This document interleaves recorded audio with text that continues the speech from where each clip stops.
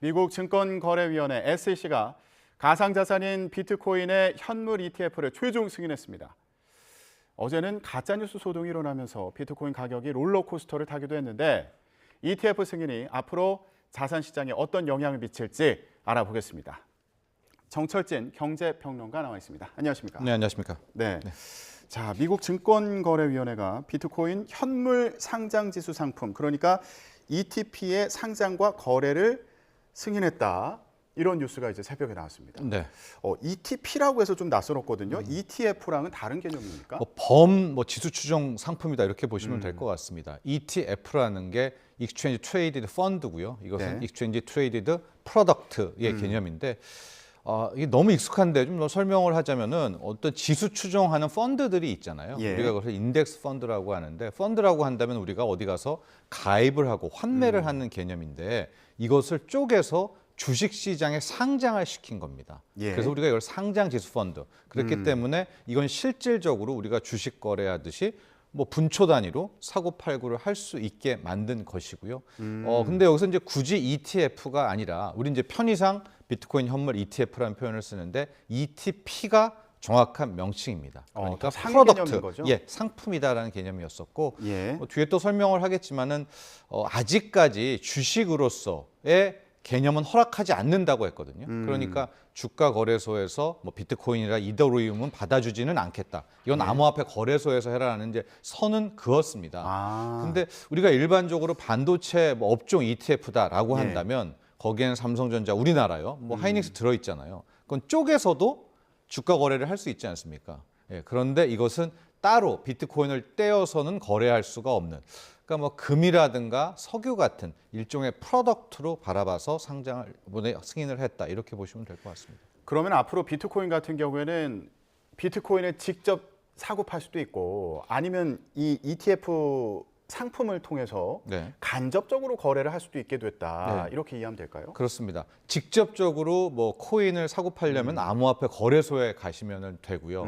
이제 비트코인을 직접 거래소는 아니고 그러나 이 비트코인 현물 ETP도 가격의 움직임은 비트코인과 같이 움직이는 거거든요. 예. 그렇기 때문에 왜 근데 ETP를 활용을 했느냐? 이렇게 될 경우에는 실질적으로 연금 계좌에 미국인들의 이제 들어갈 수가 있는 이런 여러 가지 편의성들이 있습니다. 예. 그렇기 때문에 그런 또 다른 수요층을 공략할 수가 있게 되는 거죠. 그렇군요.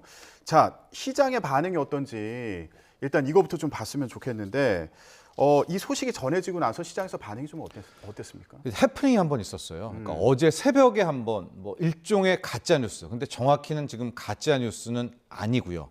왜냐하면 오늘 새벽에 발표됐던 내용과 동일했거든요. 예. 그러니까 지금 해킹을 당했다라고 보는 게 될 것 같습니다. 그러니까 이 승인됐다는 재료가 한 번 먼저 나왔다가 오보다 이렇게 됐을 때 예. 급등을 했다가 급락을 했었거든요. 예. 그에 비해서 이제 진짜 승인이 났을 때는 크게 시장이 지금 요동치지는 않고 있고요. 일정 부분 상승하는 한 46,000달러에서 지금 움직이고 있는 이런 겁니다. 예. 그런데 전일 일종의 이제 해킹이 돼서 나왔던 승인됐다라고 했을 때는 순간적으로 47,000달러 이상 튀어 올랐었거든요. 그 정도는 아닙니다. 그리고 또 하나가 일단 이제 이게 재료의 일종의 소멸이지 않습니까? 그래서 당장 지금 반응보다는 하루 이틀 다음 주까지 본다면 이번에 승인이라는 것이 정말 재료의 소멸인지 예. 아니면은 코인, 특히 비트코인의 새로운 시세가 출발하는 대시세의 출발인지는 한 1, 2주일 좀 더 확인해 볼 필요가 있겠죠. 그렇군요. 지금 거래소 상황을 보면은 뉴스가 전해지고 나서 이제 올랐다가 또 좀 떨어졌다가 네. 이런 상황이 조금 또 올랐다. 그러니까 예. 지금 45,000 이상에서는 움직이니까요. 46,000달러에서는. 그러니까 어제 먼저 나왔던 뉴스에서 힘을 한번 다 뺐다. 이런 표현도 맞을 것 같습니다. 예. 앞으로 전망에 대해서도 잠시 후에 좀 더 네. 구체적으로 얘기를 해보기로 하고요. 그런데 그동안 미국의 증권거래위원회 같은 경우에 가상화폐에 회의적이지 않았습니까? 네. 그동안 어떤 입장이었죠? 지금까지도 회의적이고요.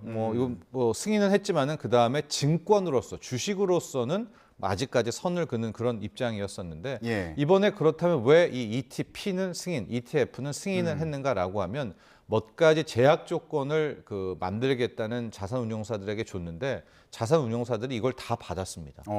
환매할 때 현금으로도 환매해주겠다. 수수료도 어마어마하게 낮췄어요. 지금 수수료 경쟁도 치열하고요. 마켓 메이커 노릇도 뭐 철저히 하겠다라고 해서 예. 그러니까 본격적으로 허락을 했다라는 표현보다 허락을 승인을 안 해줄 수 없었다라는 표현이 더 정확할 것 같아요. 예. 왜냐하면 조건들을 다 맞춰서 왔기 때문에 물론 뭐 비트코인 같은 경우에도 누가 얼마를 갖고 있고 지분 구조가 어떻게 되고 뭐 이더리움은 누가 몇 프로 갖고 있는지 모르죠. 그렇기 때문에 계속해서 주식으로서의 인정할 수는 없다라고 하지만 예. 우리가 프로덕트 개념에서 보면 석유라든가 금이라든가 뭐 얼마나 매장돼 있는지 누가 갖고 있는지는 알 수 없잖아요. 그럼에도 불구하고 원유 ETF, 금 ETF가 상장돼서 ETF로 거래되고 있지 않습니까? 예. 아마 그런 거의 일환으로 파악을 하지 않았나 싶습니다. 앞서서 간단히 말씀은 해주셨습니다만 이번 ETP 승인이 곧바로 암호화폐를 승인하는 건 아니다. 네. 예, 이렇게 또 얘기를 했잖아요. 네. 미국 증권거래위원회에서. 예. 이건 어떤 의미가 있는 겁니까? 앞서 말한 그 의미입니다. 이제 왜냐하면 이 ETF가 승인됐기 때문에 그렇다면은 이제 암호화폐라는 자체도 또 하나의 뭐 공신력 있는 투자 자산으로 뭐 거래소에 올라갈 수 있지 않냐 뭐 이런 기대까지 이어질 수가 있는데 이제 그건 절대 아니다라고 완전히 선을 걷더라고요. 예. 지금 있는 주식 거래를 하는 네. 그 증권 거래 시장에서 거래할 수 있는 상품으로 인정한 건 아니다. 내지는 뭐 그에 준하는 상품으로도 인정하지는 않는다라고 이제 일종의 선을 걷죠. 하지만 이 가격 지수를 따라가는 상품에 대해서는 상장을 하고 거래할 수 있도록 허가하겠다. 네, 허가를 한 거죠. 어. 예, 승인을 낸 거고요. ETP가 승인이 난 거고 이렇게 되면 뭐가 좋냐면 이제 대형 자산 운용사들이 이 상품을 내놓을 것 아니겠습니까? 바로 이제 뭐 11개들이 운용을 하게 될 텐데 예. 쟁쟁합니다. 블랙록이라는 곳도 있고요. 뭐 돈나무 언니의 아크 인베스트먼트도 있고 피델리티라는 정말 전통적인 대형 세계적인 자산 운용사들이죠. 이제 이들이 저마다 상품을 출시를 하게 되는데 예. 우리가 이렇게 생각하시면 될 것 같아요. 뭐 자동차 업종 ETF다. 우리나라에. 그럼 뭐 현대차, 기아차 등등이 담지 않습니까? 이게 이제 구조의 문제인데 그걸 출시한 ETF 운용사 같은 경우에는 그걸 똑같이 가격을 추종하려면 자신의 그 일종의 그 포트폴리오 안에 그 주식들을 사서 쟁여놓고 그거를 추종하게 되는 거거든요. 마찬가지입니다. 비트코인 ETF, 비트코인 ETP도 비트코인 가격을 똑같이 추종하려면 그들이 많이 매입을 해놓고 거기에 따라서 운용을 해 나가는 거거든요. 예. 그러니까 지금 뭐 세계적인 자산 운용사들이 이 상품을 출시한다면 기본적으로 그들이 사서 쌓아놓을 거 아니에요. 그러니까 기본 수요가 엄청난 수요가 일단 하나가 떠받칠 줄 수가 있고 비트코인 자체에 대해서. 예, 하고 이 비트코인 ETP가 계속 인기가 있을 때는 예. 설정의 규모가 더 커질 거 아니겠습니까? 예. 그럼 뒤따라서 수요는 더 붙게 된다라는 이제 그런 장점이 하나가 있고요. 예. 두 번째는 신뢰도죠. 즉 뭐냐면 암호화폐 싫어. 비트코인도 내가 왜 뭐 바이낸스니 이런 데 가서 거래를 해. 이런 사람들도 이제는 주식 시장에 비트코인 ETP가 상장돼서 거래된다면 예. 이거는 공략을 해볼 수가 있는 것 아니겠습니까? 더 쉽게 접근할 수 있다. 저변이 확대되는 것이고 신뢰도도 굉장히 높아지죠. 예. 뭐 암호화폐 그게 뭐야 하다가도 이제 버젓이 비트코인 ETP가 상장돼서 거래가 된다면 그것도 알아주는 세계적인 자산 운용사들이 한다면 신뢰도에 대한 비트코인을 바라보는 시선이 좀 바뀔 수가 있고 또 앞서도 얘기했지만 이제 연금 계좌에도 편입이 되게 되면서 되게 저변이 확대될 수 있는 그런 기회가 됐다. 이 예. 기대감으로 실은 작년 한 해를 놓고 보면 비트코인 가격 거의 많이 올랐을 때 한 3배 가까이 오르지 않았었습니까? 그런 기대가 좀 선반영됐다라고 보면 되겠습니다. 근데 여기서 좀 한 가지 드는 의문이 말씀을 쭉 들어보면은 뭐 비트코인 자체에 대해서는 좀 신뢰를 못했던 분들도 공신력 있는 기관에서 이제 비트코인을 이용한 상품을 출시하면서 이거에는 좀 투자를 해볼 수 있지 않겠느냐 이런 기대감에 대해서도 얘기를 해주셨고 그리고 증권거래위원회도 이런 상품 같은 경우에는 비트코인보다는 좀 더 안정적이지 않을까 이런 기대를 하는 것으로도 보이는데 하나 조금 네. 드는 의문이요. 앞서서 ETF 승인됐다 이 가짜 뉴스가 나왔을 때도 비트코인 가격이 굉장히 출렁이지 않았습니까? 네. 그러면 만약에 ETF 이 상품이 나왔을 때 이것도 비트코인 가격을 따라간다면 뭐 비슷한 상황이 생겼을 때 ETF도 가격이 굉장히 변동성이 커질 수 있는 거 아니에요? 똑같죠. 예. 그러니까 비트코인 가격을 추정하기 때문에 예. 비트코인 자체가 암호화폐 거래소에서 급등락을 하게 된다면 당연히 ETF도 그 가격을 추정하니까 급등락을 하게 되겠죠. 그러니까 예. 아마 지금 앵커께서 의문시 되는 것은 이제 더 덩치가 커진 곳들에서 운용을 하게 되니까 만에 하나 비트코인의 가격이 위아래로 휘두르게 될 때 더 많은 양을 사고 팔 테니까 변동성은 더 커질 수 있지 않느냐, 아마 그런 질문이신 것 같은데 제가 그런 드리는 우려는 질문은, 분명히 있습니다. 예.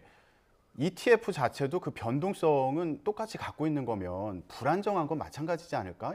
이 비트코인과 같은 거 아닌가? 불안정성 갖고 있는 거 아닌가? 이런 생각이 들어서요. 예. 근데 모든 자산 가격은 다 불안정성이 있죠. 금 가격도 급등락을 하고 유가도 급등락을 하게 되니까 뭐 주식도 급등락을 하는 건 아니겠습니까?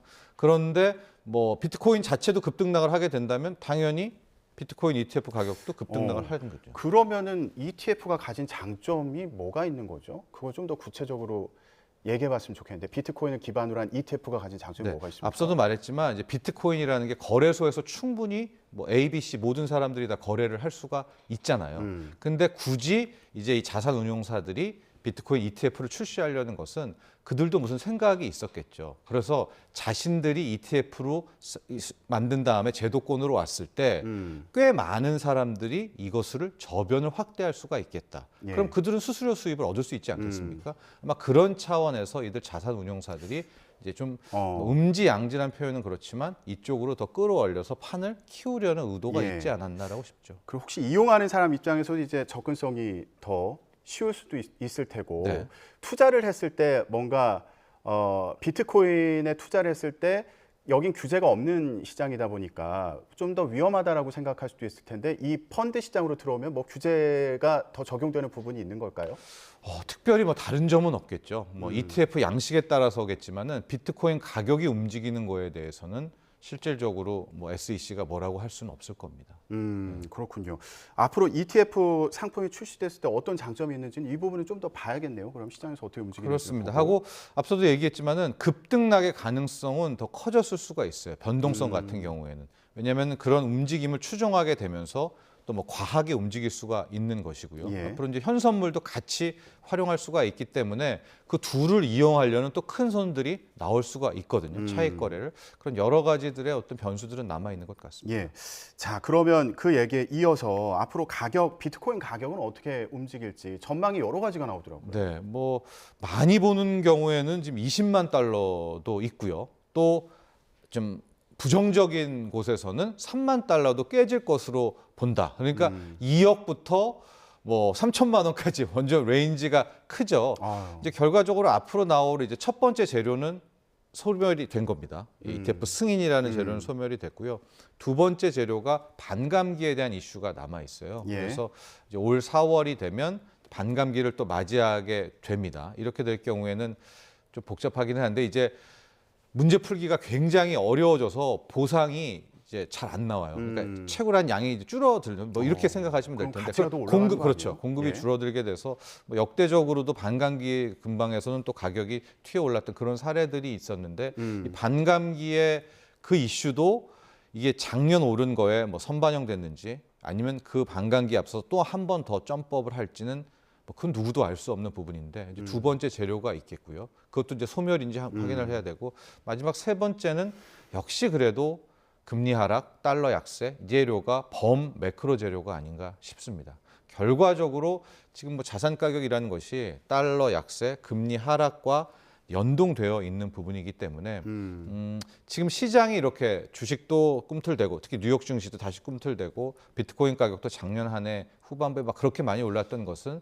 이제 본격적인 달러 약세, 금리 하락 시대가 온다라는 것이 반영돼서 붐업이 된 거거든요. 예. 그러니까 마지막 매크로 재료는 이제 그것이 아닌가 보여지는데 저는 뭐 개인적으로 달러 약세, 금리 하락이 올 한 해 상반기에는 계속 지속될 것이다라고 보고 있고 예. 뭐 반감기의 효과도 있을 것이다라고 보고 있는데 저는 이제 조금 뭐 걸리는 것이 지금 이제 중앙은행들에서 우리나라는 한국은행이고 또 미국은 페드에서 자체적인 암호화폐, 이제 디지털 화폐죠. CBDC라는 센트럴 뱅크 디지털 커런시라는 자체적인 디지털 화폐를 이제 출시를 합니다. 그러니까 쉽게 말하면 달러 코인, 우리는 원화 코인들이 나오게 될 때 과연 이 중앙은행들에서 이 민간 암호화폐 이 시장을 어떻게 바라볼 것인가, 여기에 대해서는 글쎄요, 좀 저는 좀 혹독하게 다루지 않을까라는 생각도 있거든요. 예. 그런 게 저는 좀 리스크로 남아 있다고 보여집니다.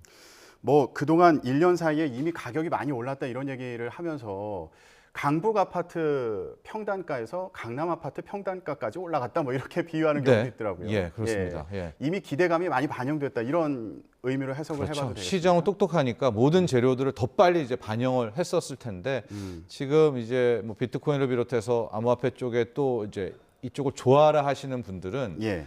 이게 비트코인이 됐으니까 뭐 이더리움은 아니냐 뭐 이런 식으로 전반적인 시장의 붐업을 또 기대하시는 분들도 분명히 있습니다. 예.